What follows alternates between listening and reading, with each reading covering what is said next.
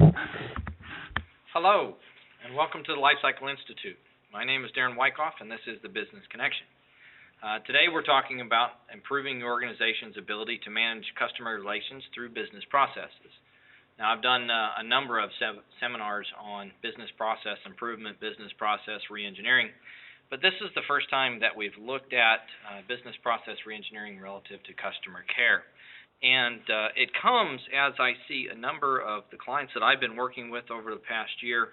I've witnessed them trying to focus on customer relationship management, CRM. Many companies have begun to re-implement, I'll use that word, re-implement CRM program software in an effort to help improve account planning, in an effort to help them increase customer retention or customer satisfaction. And I noticed that they were approaching it purely as an IT type of solution. So we're going to talk about doing just the opposite today. We're going to talk about using a business process approach to improving customer care. Customer care is a fundamental part of our operational excellence journey, and is actually, in life cycle terms, considered a business process. If you had the opportunity to read through last month's column, it was focused on customer care and specifically applying the business process approach. I'd like to just kind of refresh our memory from that column and talk about the key learning points, and that should help facilitate our topics of discussion today. Let's start by first looking at that customer relationship management is the coordination strategy. It's meant to help us synchronize all the different functions of our business, what I'll call the functional players or departments within the business, in an effort to connect all business activities to create a single valuable product. And when we talk about single valuable product, we need to be thinking in terms of, what does the customer, or how does the customer define value? That's really what we hope to achieve through customer care. We know what the value brings to our business. You certainly know what it costs you to fill a bottle of Gatorade or sell a roll of tape or whatever the case may be. So you know that value, but what's the value to the customer? And sometimes it's more than price. Sometimes it's convenience or repeatability or dependability. So when we're thinking about customer care, we need to be thinking about what business processes introduce as far as value to the customer. This is not something that can be improved or solved with software. Software is just a means to an end. It's a way to make us more efficient at how we manage these day-to-day business processes relative to the customer. CRM programs like ACT or Microsoft CRM, they help make your customer impacting business processes easier to manage. But the processes themselves must be sound first. They must be solid first. So customer care requires a focus on the business process improvement in order to define those aspects of your business which have the ability to impact the customer, and specifically the customer's value system. The next thing that we have to understand, and this is a very, very important part, and in the column we started to dive into it, and I'm going to go through, as I'm going through these, I'm going to start to give you some suggestions, and I'm going to use some personal reference points for me, and these personal reference points are going to come from a number of years of owning and operating restaurants in and around the Charleston, South Carolina area. We're all pretty familiar with restaurants. We've all been the customer in a restaurant at some point in time, so I'm going to use that as our reference point today. In order to create customer care business processes, those which incorporate a customer relationship management type of approach, we must first recognize the numerous relationships that exist as a result of our current business systems. And the larger your enterprise, the larger your organizations, sometimes the more complicated these relationships become.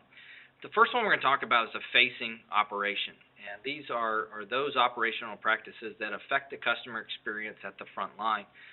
In the absence of technology or automated services, websites, those types of things, the facing operations are just that. They're the people that are face-to-face with the customer. Managing these relationships is more personal and more service-oriented, and therefore our business processes should really step away from the technology and focus more on increasing the one-to-one relationships. in order to improve the facing operations, we must minimize those one-to-many relationships. We must improve communication between our organization or your organization and the customer. We must aim to understand the needs of the customer in order to better serve. And our business process must help us develop personnel with strong people skills so that they are equipped with an ability to quickly recognize dissatisfaction. Okay? Business processes in the facing operations should also focus on repeatability and routine monitoring. As I mentioned, over the past 7-8 years, I've owned and operated a number of family-style restaurants in the Charleston, South Carolina area. And in these restaurants, the wait staff, the waiters and waitresses, are the facing operations. And we were able to successfully improve customer satisfaction by increasing the number of waitresses. And that may be a little bit contradictory to what many of you are facing right now in these economic times and trying to cut back on resources. But we actually increased our wait staff, and especially during the busy meal period, so it wasn't during the whole time. And by doing so, we were able to minimize that ratio between waitress and customer, and it was more waitresses per customer. And in doing so, this allowed us to significantly reduce the time it took for customer orders to be taken. So you think about it. You're a restaurant customer. You come in, you sit down. Maybe somebody greets you quickly and provides you with a drink or two, but then it's several minutes before somebody comes back to check on you or tell you the specials or even take your order in. And this is a family-style restaurant, which means that it's large servings. It's not fast food. It is a sit-down meal, and so it was fairly important that we be able to quickly take their order, get that order into the cooking process, and deliver those meals quickly and turn the seats over, if you will. So there were a number of different benefits by fixing the facing operations and reducing that one-to-many relationship. Opposite the facing operations are what is commonly known as the back office, the collaborative operations. Okay, and these collaborative operations or back office operations directly impact the facing operations ability to improve customer satisfaction. In a restaurant, this is the back office management. This is ordering of food and stocking of the shelves and stocking the freezers and making sure that we've got clean silverware and clean plates and these types of things. If those things aren't in place and supporting the waitresses, then both of those operations are going to lose. So in the collaborative operation, the business process should be developed, which supports the facing operation. We already said that. Creates an ability to record and retrieve feedback. So think about your back office process. Think about those that are filling orders or that are prioritizing orders or those that are following up with customers. Are we creating an ability to receive feedback? And if you're not receiving regular feedback from your customers, you probably aren't doing a good job of managing those customer relationships. Right? These back office operations should help us signal the need for improvement and adjust our standards of practice. The third operation is really focused on the supply chain that is required to meet your customer expectations. And this third operation is called the external operation.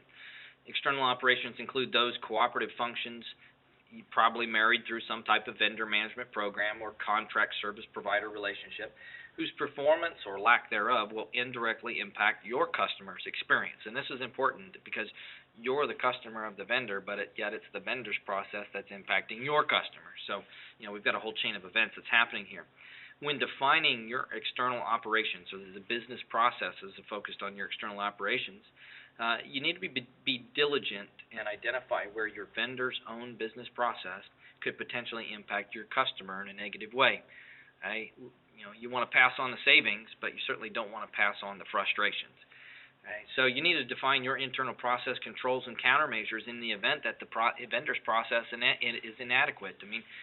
We need to come back to our ability to influence versus our ability to control. And you want to influence the outcome, your customer's outcome. You want to maintain their level of satisfaction, but you don't necessarily control what your vendor does or the business processes that your vendor uses. So instead of trying to focus on improving your vendor, Obviously, you could focus on better evaluation of vendors and vendor selection criteria, but you really, from a customer relationship management standpoint, a customer care standpoint, you want to make sure you have your controls in place to prevent your vendor from impacting your customer. And again, I'll come back to a familiar example. If you allow me to once again, talk about the restaurant, my restaurant.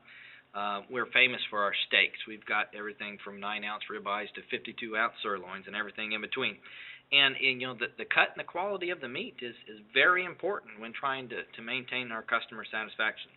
Now, from an external operations standpoint, I could have pre-cut steaks provided by a local butcher, but then my customers might be subject to me running out. I might not have enough meat on hand, especially on a Friday night, or you believe it or not, a Tuesday night's pretty busy.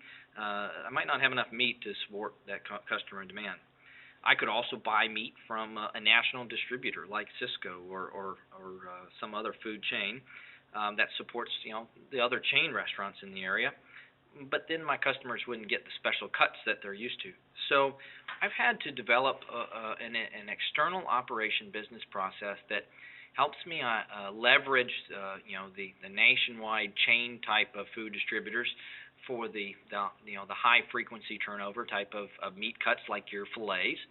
And I've had to use the local butcher to provide me with adequate volumes of beef. But then my external operation also has a business process that helps me consistently cut our own steaks. So, there's a number of different business solutions that I've incorporated there to make sure that my customer never gets impacted by my vendors. And the final relationship that we need to understand is performance managers are those relationships who monitor business performance based on the customer expectations. The processes governing performance management must allow the interdepartmental managers to routinely evaluate the key performance indicators, the metrics, in order to illustrate their contribution to customer satisfaction. And we've got the bosses, and the bosses have to be able to demonstrate how they're impacting the customer. Whether this is the front-end manager or the kitchen manager or the general manager, they need to demonstrate how their operation is impacting the customer. A lot of organizations today are monitoring customer satisfaction, on-time in-full deliveries, those types of things, and that's a form of the performance manager's business process. Okay, we've set up the framework. We understand the reasons why this is important. We understand maybe where we fit in relationships with our customer. Now let's begin our discussion on how. Let's just talk about how we improve the process. And the first thing that I'm going to do, and you received 2 handouts in an email from the Institute. The first handout looks like the picture on the screen. It's called a critical to quality tree. I'd like you to pull that handout out. Put it in front of you. Okay. Now you don't have to do anything just yet. Just make sure you have that handout in front of you. I'm going to start by just kind of describing the example that I have on the screen. I'm going to, again, use my restaurant as a practical example. We're going to talk through this Six Sigma tool called Critical to Quality, CTQ trees. Okay, and I'm going to talk through it, and when we get done talking through it, I'm going to give you some time to kind of fill in some blanks. If your understanding is good enough as we go through my example, you want to fill in your blanks, please feel free. But I will give you some time to populate this. So, again, let's start with the Six Sigma tool. And as I said, I'm going to use my restaurant as an illustration on how we use this tool relative to customer service. Okay.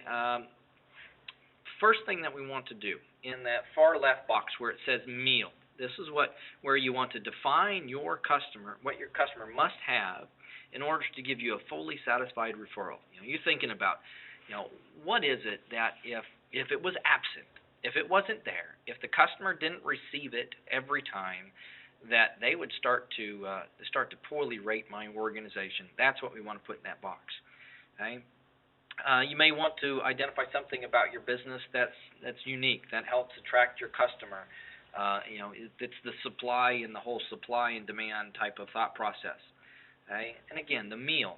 My meal is not unique, but the cuts of meat and the type of meal and variety of meal that my patrons can get is unique. So I'm using that because if it wasn't there, I don't think I would get the customer retention that I always have had. once we've identified that must-have, that's what we're going to call it from now on. It's our must-have. They must have a meal. Okay. Once we determine that the must-have, now we have to identify the criteria your customer is evaluating your business performance on relative to that must-have. This could be lead time. It could be quality. It could be cost or price point. It may be the variety or the product mix. Okay. In relation to the meal as my must-have, as a customer, you'd probably evaluate me on, one, how fast or how quickly I served you, and then two, the quality of the food itself. And maybe there would be a third that has to do with the dietary variety of my menu, but let's stick with these two. You know, how fast or how quickly do I serve you, and what is the quality of the food. These are the evaluation points, and those go in those next two boxes after the must-have. It's the evaluation criteria. Okay, now comes the business process link. We have the must-have. We identify the criteria that the customer is evaluating us on. Now we need to look at and examine which business processes impact that approval criteria, the fast, the quality. Okay. Finally, as we start to prepare, and you're looking at fast, we have taking the order. That obviously plays into the speed of things. Cooking, the cooking times, how much food is pre-cooked or prepped, you know, as you often see with vegetables or salads or those types of things. And then the runners, the availability of people to deliver the food. Okay. We look at quality. We have food preparation. Okay. We don't want to prepare it too far in advance, obviously, but we want to prepare it enough in advance to where we can support the speed as well. Cooking comes up again. This is important. I'll explain why in a minute. And then presentation. You know, food that's sloppily poured onto the plate is not as enjoyable to eat as something that looks appealing and tasty. So we're looking at these, and our fourth step in a critical to quality tree is really trying to understand what's the priority. Where do I focus my time? Which of these operations, the facing operations, the collaborative operations, the external operations, which of these operations should I focus my time on? And for me, because cooking, the cooking process, if you will, stood out in both of my evaluation criteria, that's where I'm going to focus. Now, you know, I'm going to ask the question, and you can say it to yourself, but cooking, what type of operation is that?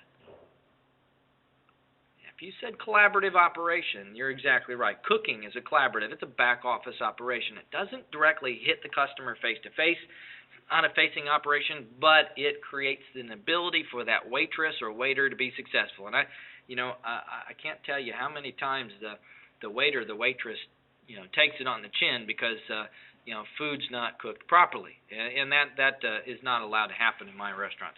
So it's a collaborative operation. It's that back office operation. Okay, so now let's take just a couple minutes.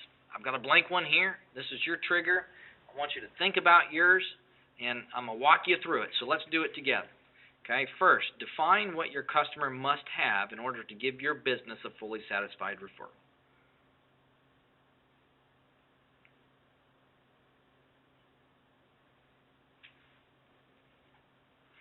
Okay, number two, second step. Determine what criteria your customer is evaluating your business performance on. This could be a lead time, it could be quality, it could be anything. So how are they evaluating that must-have?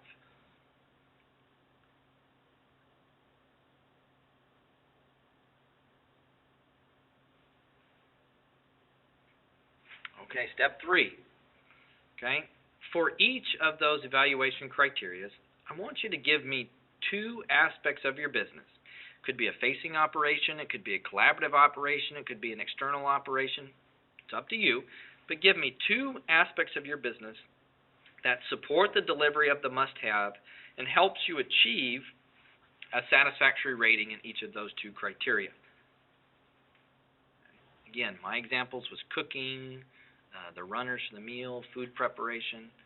So give me two aspects, two operations that help you achieve each of those two characteristics.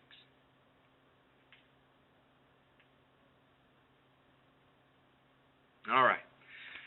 For this fourth step, take this opportunity. I'll give you about a minute, but take this opportunity and just kind of brainstorm some reasons why each business function or each operation might fall short of meeting expectations. It's just kind of a brainstorming list. How could cooking impact the speed, or how could cooking impact the quality? Whatever your example is, just take a couple minutes, and for each of those last 4 boxes, the boxes on the right side of your diagram there, just kind of brainstorm. How might they fail to perform that function?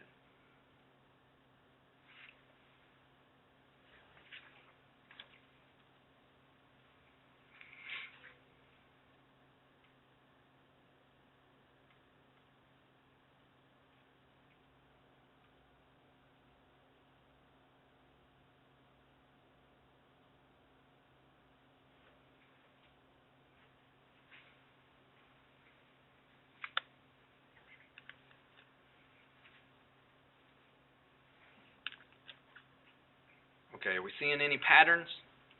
I saw patterns in mine. I saw that the cooking operation, the collaborative operation that I have in my business, in my restaurant, I saw that cooking was a common denominator there. It was a common function that impacted both my evaluation criteria. So our next step is going to be, if you found a pattern in yours that helps you point to a particular business process or a group of business processes, that's the next step. The next thing that we're going to do is select that process for improvement. So the second handout you got, and I know some of you emailed Stacy and said, hey, I think something's missing on my handout. I just got this big box. Yep, that's exactly what I wanted, just a big box. So pull out that handout. That's just a big box. And we're going to put that, we're going to draw on this thing. So give yourself some room to write. Hopefully you got something to write with. We're going to use this as our brown paper process, our as-is or current process. And I'm going to take you through an application of business process reengineering for your customer care process. The first thing that we've got to do is set up our map. Now, normally, you're doing this with a cross-functional team. You're doing this in a room to where you can take some of that brown packaging paper that purchasing has or that the warehouse has. You can roll it out. I like to roll out about 12 feet of paper, long enough to capture the entire process, and I tape it up on the wall for everybody to see. And, don't do this in a computer. Don't do this on a small piece of paper. It's important as you're developing business processes that everybody involved with the creation of the process can see the map in its entirety. It's a very visual thing. It helps us identify where the process breaks down, where there's gaps, where there's bottlenecks. It's important we understand the entire process visually.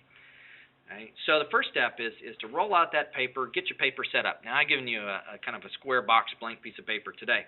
The next thing I want you to do is identify the physical boundaries of the process. Where are we going to start? Help the group try to focus in and don't let this thing spiral out of control. Let's really try to focus in between a starting point and some type of ending point.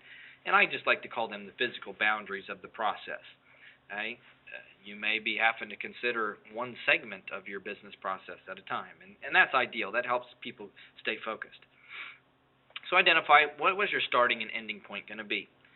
For me, it's going to be the point where maybe food comes, the food order comes in, and at the end is going to be delivering the food to the customer. Right? Those would be my starting and ending points. The third step, we've got to actually define the process so that everybody understands what it is we're mapping. And for me, as you can see in the illustration, I'm taking the cooking process, and I'm going to define this as taking prepped food orders by the customers to completion in accordance with the Department of Environmental Health and Quality Control regulations, DHEC regulations. Okay, so I'm defining the process. I know what has to be incorporated. I know I've qualified it based on the DHEC regulations, so that tells me I've got to make sure I'm following those types of procedures. It also, again, helps me clarify that initial starting point. You notice on the lower left-hand corner, and I'll try to get a little arrow here to help you out. Lower left-hand corner, we've got a sign-in sheet, and this helps us build some credibility in the people that are actually going to see the business process map. It helps people to understand whose perspectives went into the process map. So anybody that's involved in developing your business process, you want to get them to put their John Hancock, put their name on that map, sign it in. We just simply call it a sign-in sheet. Okay. The next step is actually outlining the process, and to do this, we use some visual cues. We like to use yellow boxes. And again, as we're going through this, we've got about 6 minutes left on this presentation, so you should be following along. And you've defined your business process that you're going to map. You've listed your starting point and your ending point. The next step is using some yellow boxes, yellow Post-it notes if you were doing this live on the wall with a group of people. And you're going through and physically identifying the sequence of steps on, how do we take it from prepped food order all the way to delivering it to the customer? What are the steps that we go through? And, if it's hard to facilitate people through the conversation sequentially, then, take your cross-functional participants and ask each person to list out on separate Post-it notes, list out what do they do within this process. How do they engage? They may not know the process entirety, but they know their portion, their steps. Get them to list out their steps, and then as a group, you can sequence them through. And that's usually a lot easier. And you'll notice as I've gone through my map, I ran into a decision point, which we use kind of a blue diamond shape. Just take that Post-it note and turn it sideways, and we've got a decision-making point. And decision-making point is potentially a point where we could bottleneck in the process. It's where a lot of times the process can fall down if we don't have the right support, decision-making structural support in there, if we don't have the right level of supervision in the process to help people make the decision at the appropriate level. We use a different color because it's important to recognize those decision points. You also can see that I've got some orange boxes here. And I like to attach the orange Post-it notes to our steps whenever there's a document. So, in the event to where I have to make sure that chicken is cooked to a certain temperature, or that the deep fat fryer is maintained at a certain temperature, or that the freezer is at a certain temperature. Giving you some examples. There's a document. There's a document from DHEC that references what they're supposed to be at, and I can insert those into my process so there's never any question on what the standard operating procedure is. So you started to fill in some of the steps within your process. You're thinking about 1, 2, 3. There's some decisions. Then we start to come back and say, okay, what steps in this process? What steps in this process could impact the customer in a negative way? Which ones are working against us? Which ones are not going to help us support that measurable criteria that the customer gave us? And we identify those in using pink Post-it notes. There are gaps. Okay. And similar to that, we're using green Post-it notes to identify, hey, these steps are really strong. These are our strengths. These are the things that we're doing well. These are the things that help us consistently achieve that customer satisfaction. We need to make note of those as well. Okay, so you're using that blank piece of paper in front of you. You might be walking through some of the steps and circling those that are strong, or identifying those that need a little bit of revisiting that could be impacting your customer.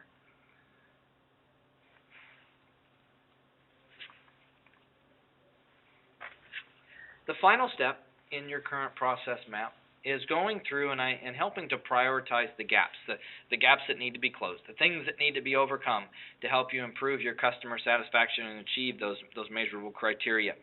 And so what I like to do is I like to put a little flag on those gaps that are having an immediate bottom line impact. This is the dollars, something that may cost me more in food, something that may cost me to lose revenue, something that is causing me to incur overtime, or whatever the case may be. I like to put a flag on that because those are at the top of my list when it comes to improving the process. So the final step in your as-is process mapping is really capturing all the opportunities, putting them on some type of summary sheet that's attached to the map, and prioritizing based on the impact to your organization. Okay? The ultimate goal is to go through and re-engineer this business process. You would go through it, and we go from, if you think about washing the slate clean, you would take this brown paper process, you'd wash it clean with a white paper, and you'd go through and you'd illustrate how you've engineered out the gaps, how you've leveraged the strengths, how you've thought about minimizing the bottlenecks with those decision points and making it a more streamlined flow. Okay? You're using a cross-functional focus team to help you get from the current state in the brown paper process to the target state, or the to-be state in that white paper process, and you're using a team to close those gaps and engineer your solutions. Right? Applying business process improvement to customer care is one, it's immediate. You see the results immediately. Two, it's a highly engaging technique because of the cross-functional demand for process mapping. It helps people better understand, and here's a really quick win for you. It helps people really understand how their own actions and day-to-day practices are impacting the customer's level of satisfaction. I hope you've enjoyed today's webinar. Hopefully I've left you with a couple of new techniques that you can take back to your organization and begin re-engineering your customer relationship management program. Thank you very much.